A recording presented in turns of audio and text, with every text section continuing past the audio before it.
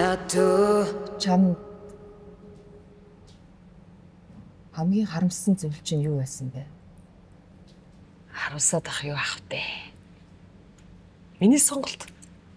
Харин нэг зүйлийг маш сайн ойлгож авсан. Тэр нь юу вэ? Сайхны ард ч муухай зүйл нуугдж яадаг. Тийм бас кармагч гэсэн хоорч болно.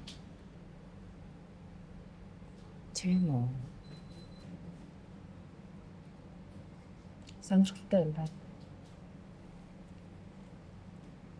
Тэгээд үүлийн үрийг яаж хуурах вэ? Зүгээр л жаргамар байвал өснөрөө зам.